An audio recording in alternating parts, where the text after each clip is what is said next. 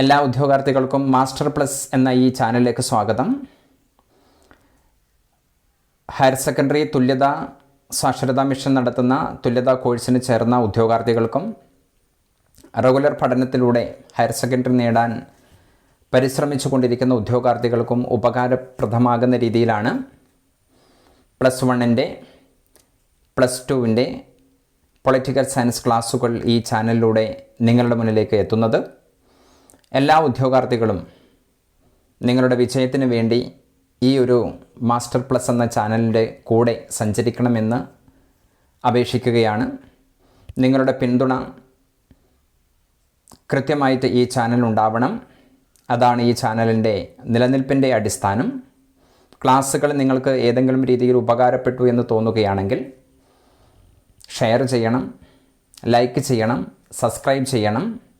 നിങ്ങളുടെ വിലപ്പെട്ട അഭിപ്രായങ്ങൾ അറിയിക്കുകയും വേണം. നമ്മളിന്ന് ക്ലാസ് ആരംഭിക്കുകയാണ്. +1 പൊളിറ്റിക്കൽ സയൻസ്. നമ്മൾ ഈ സിലബസ് നമ്മൾ എടുത്തു നോക്കുമ്പോൾ ഈ വർഷം നിങ്ങൾക്ക് പഠിക്കാനുള്ള സിലബസ് 2 ഭാഗമായിട്ടാണ്. ആദ്യത്തെ 10 ചാപ്റ്റർ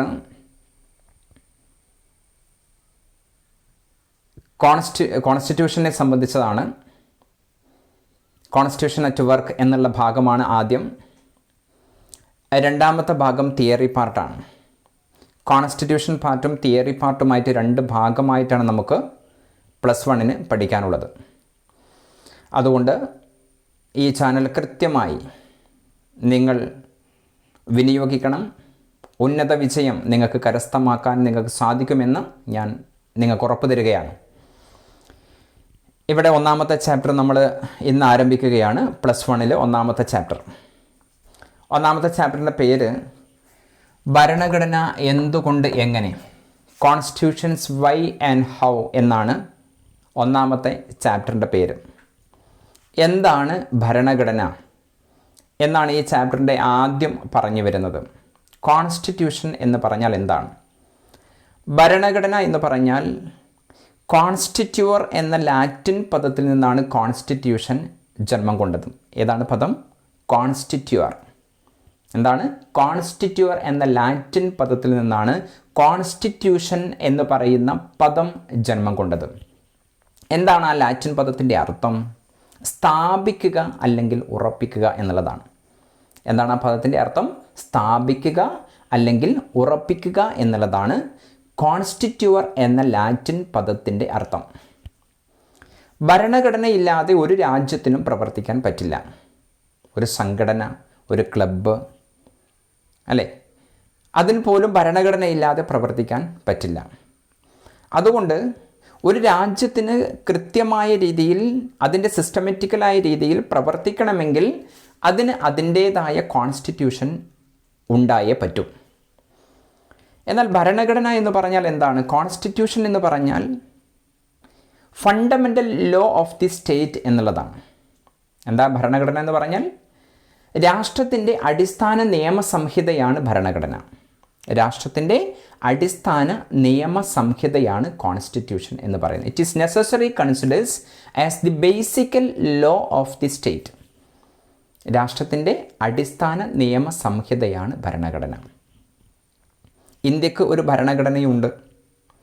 ഇന്ത്യൻ ഭരണഘടന ജന്മം കൊണ്ടത് 1950 ജനുവരി മാസം 26-നാണ് അത് ഔദ്യോഗികമായിട്ട് നിലവിൽ വന്നത്.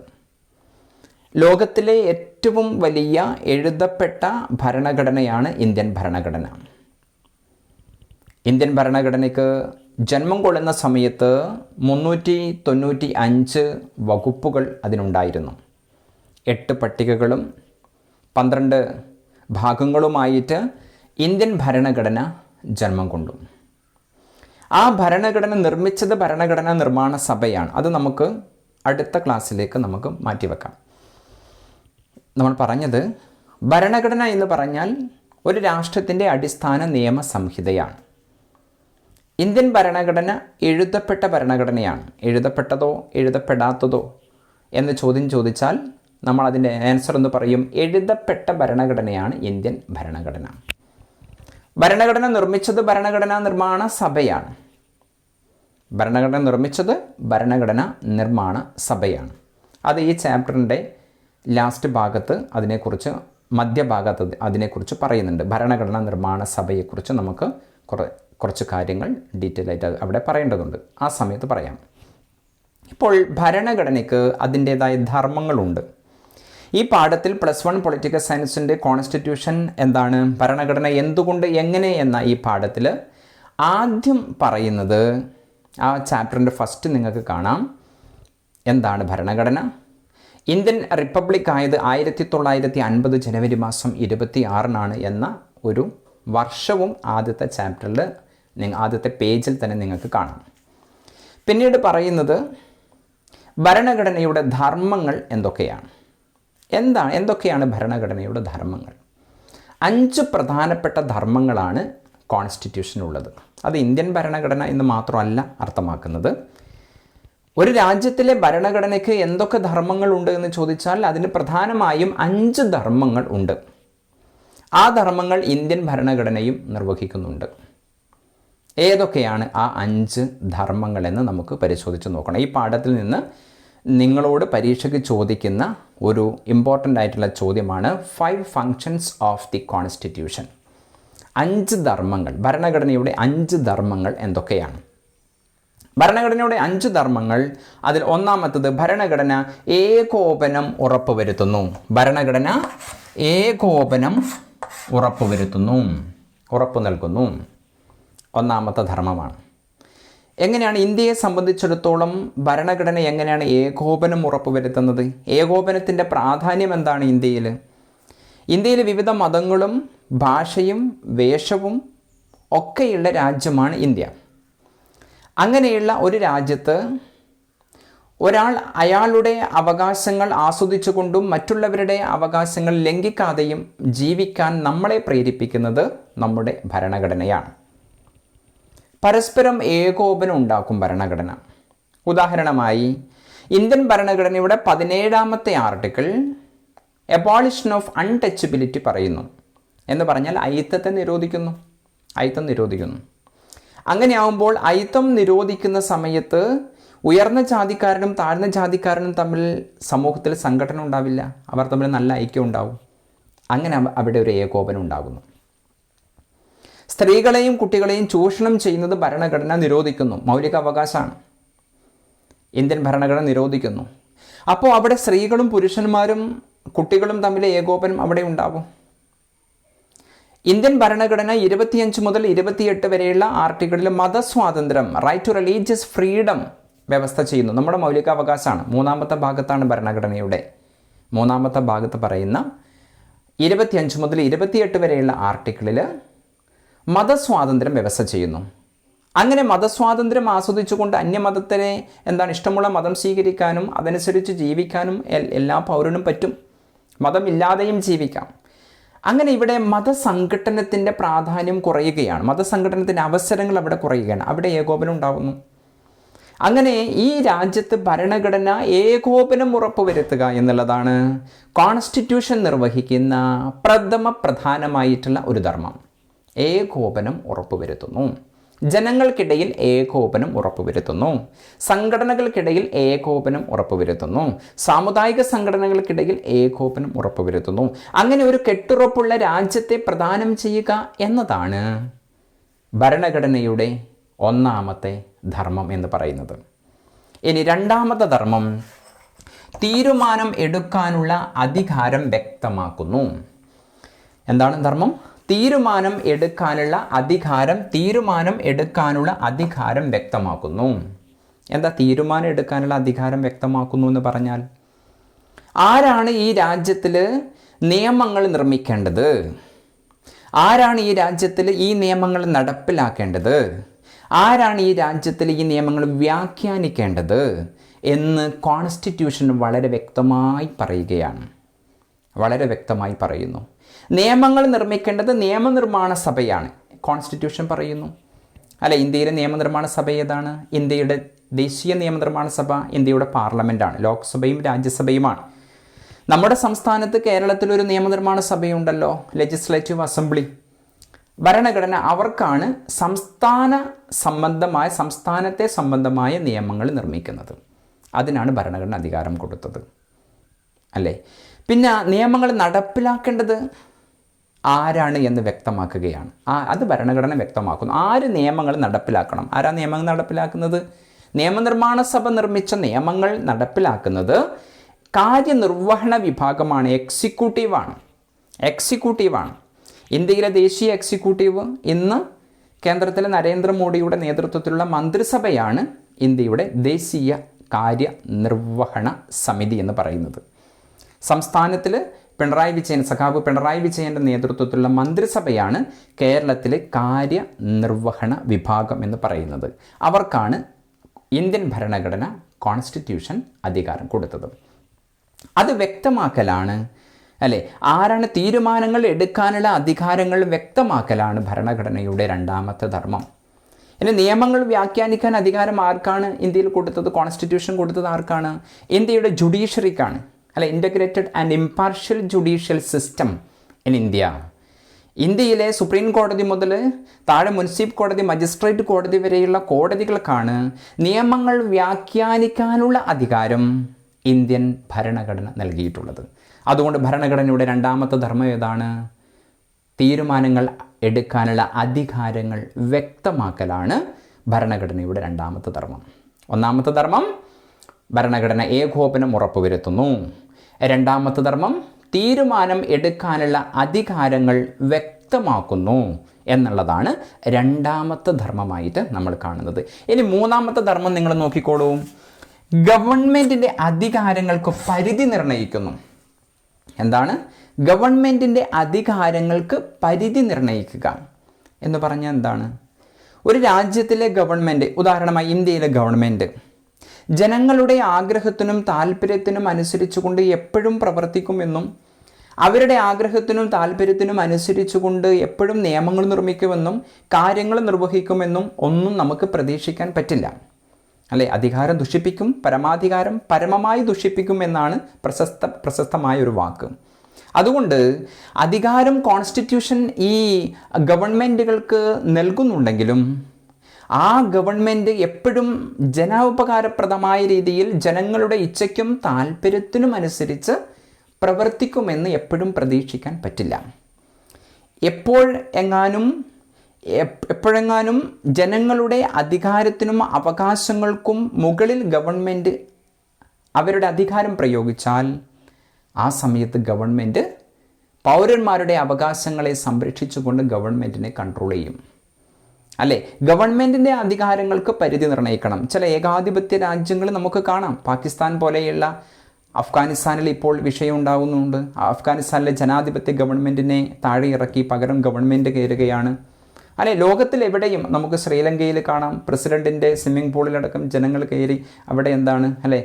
അങ്ങനെ അവരെ പ്രേരിപ്പിച്ചത് ഭരണാധികാരികൾ ഇങ്ങനെ ഏകാധിപതികളായി മാറുന്നത് കൊണ്ടാണ്. അതുകൊണ്ട് ഭരണഘടനയുടെ പ്രധാനപ്പെട്ട മൂന്നാമത്തെ ധർമ്മം എന്ന് പറയുന്നത് ഗവൺമെൻറ്റിൻ്റെ അധികാരങ്ങൾക്ക് പരിധി നിർണ്ണയിക്കുക എന്നുള്ളതാണ്, അല്ലേ? ജനങ്ങൾക്ക് മൗലിക അവകാശങ്ങൾ നൽകുന്നു. അവിടെ ഗവൺമെൻറ്റിന് ഒരു നിയന്ത്രണമാണ് അതിലൂടെ നൽകുന്നത്, അല്ലേ? ഭരണഘടന ജനങ്ങൾക്ക് അവകാശങ്ങൾ നൽകുന്നതിലൂടെ ഈ അവകാശങ്ങൾ ഗവൺമെൻറ്റോ സംഘടനയോ വ്യക്തികളോ ആരും അത് നിഷേധിക്കരുത് എന്ന് പറയുന്നു. അങ്ങനെ ഗവൺമെൻറ്റിൻ്റെ അധികാരങ്ങൾക്ക് പരിധി നിർണ്ണയിക്കുക എന്നുള്ളതാണ് കോൺസ്റ്റിറ്റ്യൂഷൻ്റെ മൂന്നാമത്തെ പ്രധാനപ്പെട്ട ധർമ്മം. ഗവൺമെൻറ്റിൻ്റെ ഭരണഘടന ഏകോപനം ഉറപ്പുവരുത്തുന്നു. രണ്ടാമത്തെ ധർമ്മം തീരുമാനങ്ങൾ എടുക്കാനുള്ള അധികാരം വ്യക്തമാക്കുന്നു. മൂന്നാമത്തെ ധർമ്മം ഗവൺമെൻറ്റിൻ്റെ അധികാരങ്ങൾക്ക് പരിധി നിർണ്ണയിക്കുക എന്നുള്ളതാണ്, അല്ലേ? ഇനി നാലാമത്തെ ധർമ്മം ഒരു സമൂഹത്തിൻ്റെ ലക്ഷ്യങ്ങളും അഭിലാഷങ്ങളും, അല്ലേ?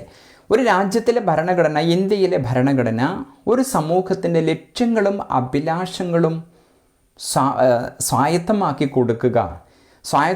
കൊടുക്കുന്ന പ്രധാനമായൊരു ധർമ്മം ഇന്ത്യയുടെ ഭരണഘടന നിർവഹിക്കുന്നുണ്ട്. നമ്മുടെ സമൂഹത്തിൽ, നമ്മൾ ജീവിക്കുന്ന സമൂഹത്തിൽ നമുക്ക് ചില ലക്ഷ്യങ്ങളുണ്ട്, ചില ആഗ്രഹങ്ങളുണ്ട് അല്ലേ? ജാതീയപരമായി ഭിന്നിപ്പില്ലാത്തൊരു സമൂഹത്തെ സൃഷ്ടിക്കുക എന്നുള്ളത് നമ്മുടെ ഒരു ലക്ഷ്യമാണ്. ആ ലക്ഷ്യം സ്വായത്തമാക്കി തരുന്നത് ആരാണ്? ഇന്ത്യയുടെ കോൺസ്റ്റിറ്റ്യൂഷനാണ് അല്ലേ? മതപരമായി സൗഹാർദ്ദത്തോടു കൂടി ജീവിക്കണം എന്ന് നമ്മുടെ ആഗ്രഹമാണ്. പക്ഷേ ഈ ആഗ്രഹം നിയമപരമായും ധാർമ്മികപരമായും നിലനിർത്തിക്കൊണ്ട് നമ്മുടെ സമൂഹത്തെ മുന്നോട്ട് നയിക്കുന്നത് ഇന്ത്യയുടെ ഭരണഘടനയാണ് അല്ലേ? അതുപോലെ തന്നെ ജാതീയപരമായ സംഘടനകളില്ലാതെയും സംഘടനകൾ തമ്മിൽ പ്രശ്നങ്ങളില്ലാതെയും വ്യക്തികൾ തമ്മിൽ സൗഹാർദ്ദം നിലനിർത്തിക്കൊണ്ടും മുന്നോട്ട് പോകണം എന്ന് നമ്മൾ ആഗ്രഹിക്കുന്നു. നമ്മുടെ സംസ്കാരം അനുസരിച്ചുകൊണ്ട് ഇന്ത്യയിൽ എവിടെയും ജീവിക്കണം എന്ന് നമ്മൾ ആഗ്രഹിക്കുന്നു. ആ ആഗ്രഹ പൂർത്തീകരണം നിർവഹിച്ചു തരുന്നത് ഇന്ത്യയുടെ ഭരണഘടനയാണ്. അതുകൊണ്ട് ഒരു സമൂഹത്തിന് ഒരു ദേശീയ വ്യക്തിത്വം അല്ലെങ്കിൽ ഒരു സമൂഹത്തിന് അവരുടെ ലക്ഷ്യങ്ങളും അഭിലാഷങ്ങളും പൂർത്തീകരിച്ചു കൊടുക്കുന്ന പ്രഥമപ്രധാനമായ ഒരു ധർമ്മം നിർവഹിക്കുന്നത് ഭരണഘടനയാണ്. ഇനി നമുക്ക് അടുത്തൊരു ധർമ്മം നോക്കാം. 5ാമത്തെ ധർമ്മം, ഒരു ജനതയുടെ മൗലിക സ്വത്വം. ഒരു ജനതയുടെ മൗലിക സ്വത്വം പ്രദാനം ചെയ്യുന്നത് ആരാണ്? ഭരണഘടനയാണ്. ഒരു ജനതയുടെ മൗലിക സ്വത്വം അല്ലേ? ഇന്ത്യയിലെ ജനങ്ങൾക്ക് ഒരു ദേശീയ സ്വത്വം പ്രദാനം ചെയ്യുകയാണ്. നമ്മളെല്ലാവരും അറിയപ്പെടുന്ന ഇന്ത്യൻ പൗരന്മാരെന്നുള്ളതാണ് അല്ലേ? രാഷ്ട്രം ഒരു പൗരത്വമേ നൽകുന്നുള്ളൂ. വിവിധ 28 സംസ്ഥാനങ്ങളും 8 കേന്ദ്രഭരണ പ്രദേശങ്ങളും ഇന്ത്യയിലുണ്ട്. പക്ഷേ ഒരു പൗരത്വം മാത്രമേ ഇന്ത്യൻ ഭരണഘടന നൽകുന്നുള്ളൂ. ഒരു ദേശീയ വ്യക്തിത്വം പ്രദാനം ചെയ്യുന്നു. നമ്മൾ എവിടെ പോയാലും നമ്മൾ ഇന്ത്യൻ പൗരന്മാരാണെന്ന് അറിയപ്പെടുന്നു. ജാതീയപരമായി ഭിന്നതയുണ്ട്, വ്യത്യസ്ത ജാതികളുണ്ട്, വ്യത്യസ്ത മതങ്ങളുണ്ട്, ഭാഷയുണ്ട്, വേഷമുണ്ട്, ഭക്ഷണ രീതികളുണ്ട്, വ്യത്യസ്ത പൊളിറ്റിക്കൽ ഐഡിയോളജീസ് ഉണ്ട്. ഇതൊക്കെ നമ്മളുടെ ഇടയ്ക്കുണ്ടെങ്കിൽ പോലും ഈ ഭിന്നതകളും വിഭിന്നതകളും ഒക്കെ മറന്നുകൊണ്ട് അതിനെയൊക്കെ കവച്ചു വെച്ചുകൊണ്ട് ഇന്ത്യയിലെ ജനങ്ങളെ ഒരു കരവലയത്തിൻ്റെ ഉള്ളിലാക്കുന്ന ഒരു പ്രധാനപ്പെട്ട ഒരു ധർമ്മം നിർവഹിക്കുന്നത്, അങ്ങനെ ഒരു ദേശീയ വ്യക്തിത്വം പൗരന്മാർക്ക് ഇന്ത്യയിലെ ജനങ്ങൾക്ക് നൽകുന്നത് ഇന്ത്യയുടെ കോൺസ്റ്റിറ്റ്യൂഷനാണ്. അതുകൊണ്ട് ഒരു ദേശീയ വ്യക്തിത്വം പ്രദാനം ചെയ്യുക എന്നുള്ളതാണ് ഭരണഘടനയുടെ 5ാമത്തെ ധർമ്മം എന്ന് പറയുന്നത്. ഇവിടെ നമ്മൾ പറഞ്ഞത് ഭരണഘടന അതിൻ്റെ ധർമ്മങ്ങളാണ്. 5 ധർമ്മങ്ങൾ ഭരണഘടന നിർവഹിക്കുന്നു. അതിലൊന്ന്, ഭരണഘടന ഏകോപനം ഉറപ്പുവരുത്തുന്നു അല്ലേ? 2ാമത്തത്, ഭരണഘടന തീരുമാനങ്ങൾ എടുക്കാനുള്ള അധികാരങ്ങൾ വ്യക്തമാക്കുന്നു. 3ാമത്തത്, ഭരണഘടന ഗവൺമെൻറ്റിൻ്റെ അധികാരങ്ങൾക്ക് പരിധി നിർണ്ണയിക്കുന്നു അല്ലേ? അതുപോലെ തന്നെ 4ാമത്തത്, ഒരു സമൂഹത്തിൻ്റെ ലക്ഷ്യങ്ങളും അഭിലാഷങ്ങളും പൂർത്തീകരിച്ചു കൊടുക്കുന്നു ഭരണഘടന. ഇനി 5ാമത്തത് ഒരു ജനതയുടെ മൗലിക സ്വത്വം പ്രദാനം ചെയ്യുന്നു. ഒരു ജനതയ്ക്ക് മൗലിക സ്വത്വം പ്രദാനം ചെയ്യുന്നു. ഇങ്ങനെ 5 പ്രധാനപ്പെട്ട ധർമ്മങ്ങളാണ് ഭരണഘടന നിർവഹിക്കുന്നത്. ഈ പാഠത്തു നിന്ന് +1 നമ്മുടെ ഈ ചാപ്റ്ററിൽ നിന്ന് പരീക്ഷയ്ക്ക് ഫൈനൽ എക്സാമിന് ഉൾപ്പെടെ ചോദിക്കുന്ന ഒരു പ്രധാനപ്പെട്ട ഒരു ചോദ്യമാണിത്. കോൺസ്റ്റിറ്റ്യൂഷൻ പാർട്ടിൽ നമ്മൾ കോൺസ്റ്റിറ്റ്യൂഷൻ എന്താണ് എന്ന് അതിൻ്റെ പ്രാധാന്യം മനസ്സിലാക്കണമെങ്കിൽ അതിൻ്റെ ധർമ്മങ്ങൾ നമ്മൾ പഠിക്കണം. അതാണ് ആ ചോദ്യത്തിലൂടെ ചോദ്യകർത്താവ് നിങ്ങളിൽ നിന്ന് പ്രതീക്ഷിക്കുന്നത്. അതുകൊണ്ട് ഭരണഘടന എന്താണ്, അതിൻ്റെ കുട്ടികൾ അതിൻ്റെ ധർമ്മങ്ങൾ പഠിച്ചിട്ടുണ്ടോ? ഭരണഘടന എന്താണെന്ന് മനസ്സിലാക്കിയിട്ടുണ്ടോ? സമൂഹത്തിലും രാഷ്ട്രത്തിലും ഭരണഘടനയുടെ പ്രാധാന്യം എന്താണെന്ന് കുട്ടികൾ മനസ്സിലാക്കിയിട്ടുണ്ടോ എന്ന് ചോദ്യകർത്താവ് അങ്ങനെ പരീക്ഷിക്കാൻ പരിശ്രമിക്കും. ആ പരീക്ഷണത്തിൻ്റെ മുന്നിൽ എൻ്റെ പ്രിയപ്പെട്ട വിദ്യാർത്ഥികൾ ഒരിക്കലും പരാജയപ്പെട്ടു പോകരുത്, ഉത്തരമില്ലാതെ പോകരുത്. അതിനുള്ള ഉത്തരമാണ് മാസ്റ്റർ പ്ലസ് എന്ന ഈ ചാനലിലൂടെ നിങ്ങളുടെ മുന്നിൽ എത്തിയിരിക്കുന്നത്. കൃത്യമായിട്ട് പഠിക്കുക. ഈ പാഠത്തിൻ്റെ അടുത്ത ഭാഗം അടുത്ത ക്ലാസ്സിൽ കൃത്യമായിട്ട് നിങ്ങൾക്ക് നൽകുന്നതായിരിക്കും. അതുകൊണ്ട് ക്ലാസ് കണ്ട് ഉപകാരപ്പെട്ടു എന്ന് തോന്നുകയാണെങ്കിൽ മാത്രം എല്ലാവരും ലൈക്ക് ചെയ്യണം, ഷെയർ ചെയ്യണം, നിങ്ങളുടെ വിലപ്പെട്ട അഭിപ്രായങ്ങൾ അറിയിക്കണം, സബ്സ്ക്രൈബ് ചെയ്യണം. Thank you for all.